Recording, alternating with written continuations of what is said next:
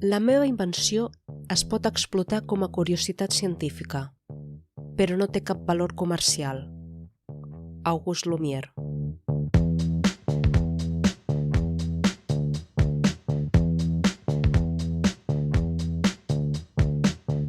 A Barcelona, les primeres projeccions del cinematògraf es van fer el desembre de 1896. Quin dia va ser la primera projecció? Podem saber qui va assistir a aquestes primeres sessions? Tenim informació sobre què es va poder veure? I també cal tenir en compte, davant de l'èxit del cinema, en quins llocs de la ciutat en podíem veure. T'asseguro que durant els primers anys van aparèixer moltes més sales de les que et pots imaginar. Llums, càmera, acció.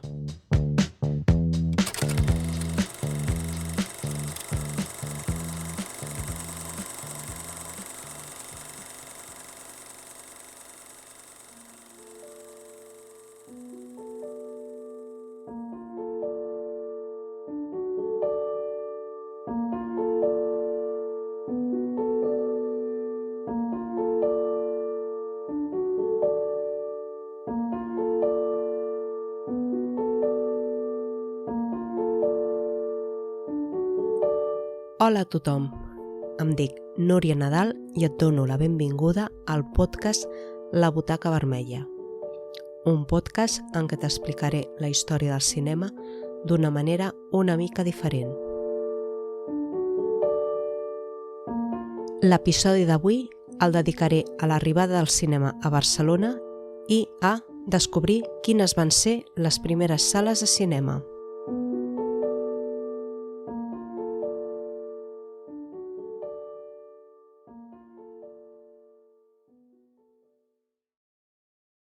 Les primeres exhibicions del cinematògraf dels germans Lumière a Barcelona es van fer el desembre de 1896. Gairebé havia passat un any des de la primera presentació que van fer els germans Lumière al Boulevard dels Caputxins a París. A Barcelona, aquesta presentació es va fer a l'estudi dels fotògrafs Napoleon. Els Napoleon eren una família de fotògrafs molt coneguts i els propietaris d'un dels estudis de fotografia més famós de tota Barcelona. Eren tan famosos entre les èlits fins al punt que qui no es fotografiava a la casa Napoleon no era ningú. Els Napoleon tenien l'estudi a la Rambla de Santa Mònica de Barcelona. Primer van estar en el número 15 i més tard al número 17, a l'edifici que actualment hi trobem al Centre Esportiu Municipal Frontó Colom. Les primeres projeccions es farien a la planta baixa d'aquest estudi, que s'havia condicionat per l'ocasió. Hi ha historiadors del cinema que diuen que el 10 de desembre va ser el dia en què es va presentar l'invent dels germans Lumière a Barcelona. D'altres afirmen que va ser el 15 de desembre. Són pocs dies de diferència, però realment podem saber quin dia va ser la primera projecció? Rebuscant en la premsa de l'època podem trobar les següents notícies.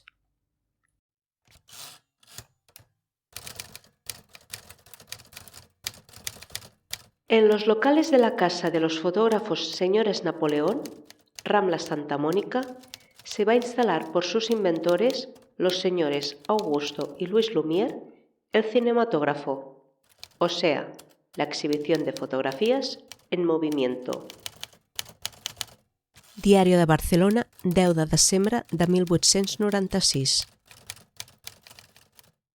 Los conocidos hermanos Lumière, de Lyon, fabricantes de placas fotográficas e inventores del cinematógrafo, instalan uno de sus aparatos en Barcelona, en los bajos de la Casa Napoleón, en Rambla Santa Mónica.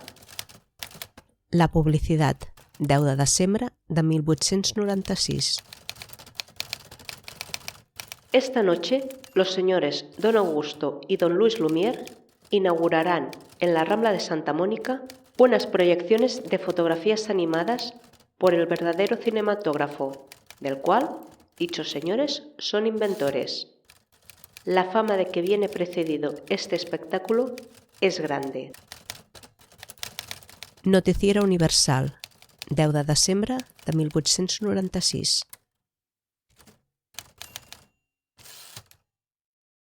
Sembla que es pot confirmar que hi havia una sessió prevista al Saló Napoleón de la Rambla pel 10 de desembre de 1896.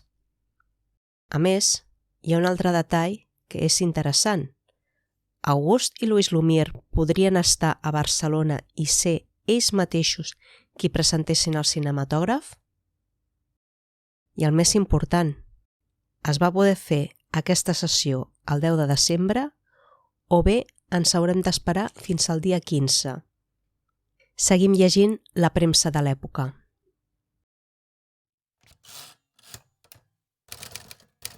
Ante la numerosa y selecta concurrencia, inaugurándose anoche en los bajos de la casa del fotógrafo señor Napoleón, el aparato cinematógrafo de los hermanos Lumière se ha exhibido en esta capital. Este cinematógrafo está construido conforme a los más modernos adelantos y supera a cuantos hemos visto en Barcelona. La colección de vistas que se proyectaron fueron en extremo escogidas y variadas, llamando particularmente la atención las que figuran una disputa entre dos niñas y la lucha entre jugadores de naipes. El Noticiero Universal, 11 de desembre de 1896. Sembla que no hi ha més detalls sobre la presència dels Lumière a Barcelona. De fet, el més habitual és que aquestes presentacions les fessin els diferents operadors de càmera de la Casa Lumière. D'aquesta manera, a més de mostrar el nou invent, el viatge s'aprofitava per enregistrar noves vistes i augmentar així el catàleg de pel·lícules. Prèviament, s'havia pogut veure altres aparells que projectaven imatges en moviment a Barcelona. Entre el 1895 i l'1 de desembre de 1896 hi trobem el cinetoscopi d'Edison, que estava muntat a una barraca anomenada Saloncito Edison i que el podem situar a la plaça de Catalunya. L'animatògraf de Robert William Paul, que estava ubicat al Teatre El Dorado, també a la plaça de Catalunya. El cinematògraf de George William Devetz, aquest situat al Teatre Principal, i també un cinematògraf no identificat que va funcionar al Teatre Novedades. De tots aquests invents, només se'n van acabar triomfant dos: el cinetoscopi d'Edison i el cinematògraf dels Lumière.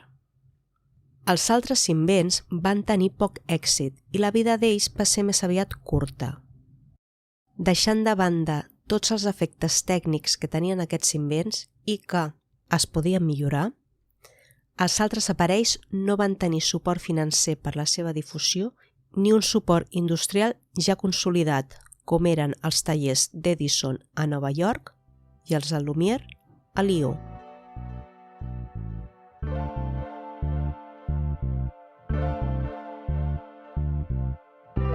Tot i que el tema és molt interessant, avui no és el que ens pertoca. Si t'agradaria que parlés en un altre capítol amb més profunditat sobre tota aquesta gamma d'invents, o fins i tot la guerra entre Edison i Lumière, recorda que al lloc web labutacavermella.cat/idees pots votar i proposar temes pels propers episodis.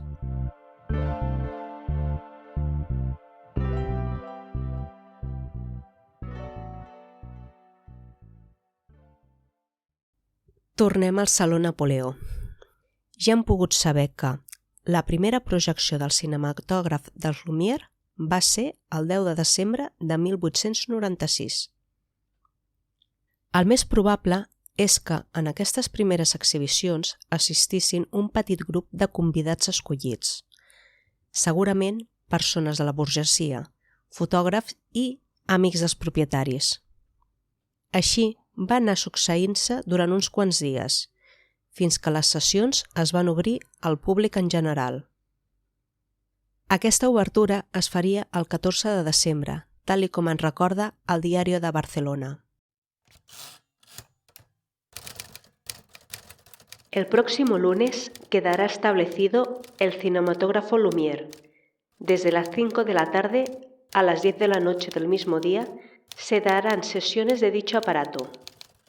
El precio será de 1 peseta la entrada. Se exhibirán en el citado espectáculo interesantes cintas fotográficas. Diario de Barcelona, 12 de desembre de 1896. L'invent va ser un èxit. Los cinematógrafos y las fotografías animadas que se habían exhibido hasta ahora en Barcelona se hallaban muy lejos de presentar este curioso espectáculo con la perfección que se ve en el cinematógrafo Lumière. Empezó a exponerse ayer tarde en la planta baja de la Fotografía Napoleón, en Rambla Santa Mónica. En los anteriores cinematógrafos oscilaban los paisajes, los edificios y las figuras, causando una impresión desagradable y muy molesta para la visión. Los sets que ayer se exhibieron producen todos un muy buen efecto, dando la ilusión de realidad, sobre todo en los movimientos, gestos y expresión de las figuras que aparecen en ellos. En suma, el espectáculo del cinematógrafo Lumière es muy entretenido y revela los asombrosos adelantos que ha hecho la fotografía. Es de suponer que no le faltará público. Diario de Barcelona, 15 de desembre de 1896. A més de llegir una de les primeres crítiques cinematogràfiques de la història, en els retalls de premsa es menciona algunes de les vistes que es projectaven, com la del regador regat, l'arribada del tren a l'estació de la ciutat o la baralla dels jugadors de cartes. Però és molt complicat conèixer el contingut exacte d'aquelles primeres sessions. No només els primers dies, sinó també durant els primers mesos. Gràcies als diaris de l'època hi ha constància que hi havia canvis de programació molt sovint, però si seguim estirant aquest fil no podem recrear cap espècie de cartellera ni de programació. Un problema que més endavant el tornarem a trobar. Los martes, jueves y sábados, según indicamos, se cambian las vistas en el cinematógrafo Lumière, expuesto en los bajos de la Fotografía Napoleón. Diario de Barcelona, 19 de desembre de 1896. El cinema havia arribat per quedar-se i per convertir-se en una nova forma d'entretenir i explicar històries. Encara faltaria una mica per convertir-se en la forma d'oci més popular, però a poc. L'estratègia del cinematògraf estava molt clara i, de fet, era la mateixa que s'havia seguit en altres ciutats: Madrid, Sevilla, París, Lió. Primer, despertar l'interès general d'un invent que revolucionava la fotografia. En aquest estadi inicial, la burgesia anava al cinema. Un cop es van apartar, el cinema va trobar el seu públic entre les classes més baixes, establint-se a fires i ambients molt més populars. De fet, era la millor forma de donar a conèixer el que es va denominar l'invent del segle. La continuïtat de les projeccions públiques del cinematògraf Lumière per part dels Napoleó es va allargar durant molts mesos. Primer, a l'estudi de la Rambla de Santa Mònica i més endavant, al Paral·lel. Tot i haver afegit un fonògraf a les exhibicions i dedicar un dia de projeccions al públic infantil, el negoci no va acabar de funcionar. El cinema havia trobat altres llocs que funcionaven molt millor. Aquests petits cinemes no eren tal i com els coneixem en l'actualitat. Les primeres sales estaven en el saló d'un hotel o al vestíbul d'un teatre i les sessions de cinema eren una atracció més de fira o estaven incloses dins el programa de varietats. A partir d'aquell moment i fins al 1900 van començar a aparèixer i també a desaparèixer cinemes per tota Barcelona. Alguns d'ells van aconseguir una certa estabilitat. Bàsicament, eren locals fixos que tenien una certa infraestructura per tirar endavant un negoci que era més o menys estable. Aquestes sales, les que van continuar projectant cinema durant un període més extens, no van ser els salons de teatre, ni els hostels, ni els estudis fotogràfics, sinó que van ser les barraques ambulants, els music halls i altres sales de caràcter molt més popular. Un fet molt important va ser l'econòmic. Les entrades a les primeres sessions dels Napoleón costaven una pesseta, mentre que les entrades a altres cinemes molt més modestos, com les barraques de fira, la sessió podia costar entre uns 10 i uns 25 cèntims. És impossible poder organitzar cronològicament totes les sales que van estar actives des del desembre de 1896 fins al 1900. A través de la premsa de l'època només es pot trobar alguna notícia sobre la inauguració o la seva programació, però és molt complicat poder resseguir històricament cadascuna d'elles. Algunes d'aquestes sales eren el Alcázar Espanyol, un cafè-concert situat al carrer de la Unió. Estudio Fotográfico Baró, a la Rambla dels Estudis, on actualment hi ha el Teatre Poliorama. Beliograf. Després de diversos canvis d'ubicació, finalment s'estableix a la Rambla del Centre. Més endavant, obre un altre local amb el mateix nom al Passeig de Gràcia, al costat de l'actual Cine Comèdia. Cinematògraf Colom. Va ser una de les primeres sales de projeccions estables. Tenia un aforament per unes 200 persones. Eden Concert. Un cafè-concert que estava al carrer Nou de la Rambla. Les projeccions de cinema es feien entre els diferents espectacles i actualment és un pàrquing. Teatre El Dorado, a la plaça de Catalunya número 5. Alternava projeccions de cinema amb funcions teatrals. Cine Ferrucini, una barraca situada al Paral·lel. Va ser molt popular i era una de les que tenien més aforament i cabien unes 250 persones. Cinematògraf Lumière, ubicat al costat del Cafè Circo Espanyol del Paral·lel, era conegut com el cinematògraf del Paral·lel. Motograf Martí, situat a la Rambla dels Estudis número 9, als baixos de l'edifici de l'Acadèmia de les Ciències.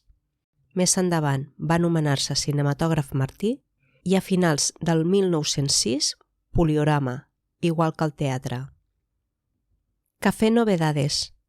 A la sala dels billars del Café Novedades era on es realitzaven les primeres projeccions. Com estava al costat del Teatre Novedades, amb el temps, les sessions de cinema van ser més freqüents i s'alternaven o bé es combinaven amb les teatrals. Pabellón Soriano, situat al Paral·lel. Combinava sessions de cinema amb espectacles de varietats. Partagàs, inaugurat pel mag Joaquim Partagàs i Jaquet, més conegut com el rei de la màgia, tenia la seva sala de projeccions a la Rambla del Centre. En resum, si sumem les barraques itinerants i els locals que projectaven cinema, encara que fos per poc temps, es pot dir que des del 1896 fins al 1900 es van fer sessions públiques de cinema en més d'una trentena de locals. I tots ells s'ubicaven a la mateixa zona, la delimitada pel Paral·lel, per la Rambla i per la Gran Via. Si tens curiositat, trobaràs el llistat complet a les notes del programa al lloc web labutacavermella.cat. Aquest gran nombre de locals era un fet extraordinari i, possiblement premonitori, perquè fins als anys 20, Barcelona va convertir-se en la capital del cinema de la península. De fet, tenia tots els ingredients. Primer, l'avenç industrial i tecnològic. Segon, l'existència d'un ampli nombre de professionals, tècnics i persones obertes per les innovacions tecnològiques. I tercer, l'increment de la classe obrera, gràcies a la forta immigració que la ciutat va experimentar aquells anys. Els inicis del cinema a Barcelona és una història similar a la que va passar en altres ciutats europees i també dels inicis del cinema. A Barcelona, la primera projecció del cinematògraf va ser el 10 de desembre de 1896. Però la primera projecció pública no va fer-se fins al 15 de desembre. Un cop presentat el nou invent, les classes més acomodades van tenir interès en el cinema. Però la ràpida expansió va ser gràcies a les classes socials més populars. El cinematògraf era sinònim d'espectacle barat, estava a l'abast de qualsevol família modesta i, al mateix temps, oferia una diversió variada, còmica i fàcil d'entendre. I mira, més de 125 anys d'aquest invent del segle XIX, encara ens emocionem.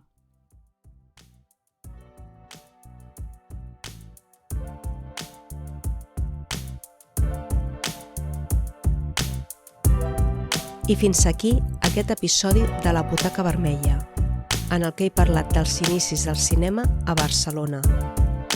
Espero que hagi estat interessant. Si t'ha agradat, no t'oblidis de marcar amb 5 estrelles o la màxima valoració a Spotify o a la plataforma en què estiguis escoltant aquest episodi. Moltes gràcies per escoltar-me i per estar a l'altra banda. Recorda que al lloc web labutacavermella.cat pots trobar la transcripció d'aquest episodi i notes per poder ampliar la informació. A reveure i fins aviat!